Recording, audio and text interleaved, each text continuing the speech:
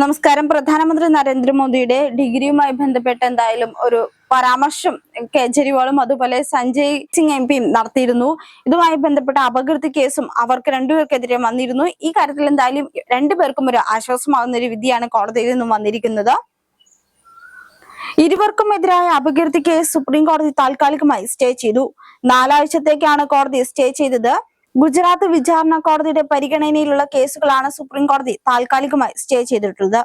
മാനനഷ്ട കേസുമായി ബന്ധപ്പെട്ട് സമൻസ് റദ്ദാക്കണമെന്നാവശ്യപ്പെട്ട് ആം ആദ്മി നേതാക്കൾ നൽകിയ ഹർജിയിൽ 4 ആഴ്ചക്കകം തീരുമാനമെടുക്കാൻ ജസ്റ്റിസുമാർ BR ഗവായ്, സന്ദീപ് മേത്ത എന്നിവരടങ്ങിയ ബെഞ്ച് ഗുജറാത്ത് ഹൈക്കോടതിയോട് നിർദ്ദേശിച്ചു. ഗുജറാത്ത് ഹൈക്കോടതിയുടെ തീരുമാനം വരെ വിചാരണ കോടതിയിലെ നടപടികൾ സ്റ്റേ ചെയ്യുകയാണ് സുപ്രീം കോടതി എന്ന് അറിയിച്ചു.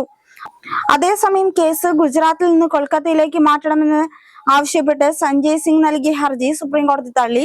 മുതിർന്ന അഭിഭാഷകൻ അഭിഷേക് മനു സിംഗ്വിയാണ് സഞ്ജയ് സിംഗിനായി ഹാജരായത്. മോദിയുടെ ബിരുദത്തെക്കുറിച്ചുള്ള വിവരങ്ങൾ വിവരാവകാശ നിയമപ്രകാരം തങ്ങൾക്ക് നൽകണമെന്ന മുഖ്യ വിവരാവകാശ കമ്മീഷന്റെ ഉത്തരവ് ഗുജറാത്ത് ഹൈക്കോടതി റദ്ദാക്കിയതിന് പിന്നാലെയാണ് ആം ആദ്മി നേതാക്കൾ പരാമർശം നടത്തിയിരുന്നത്.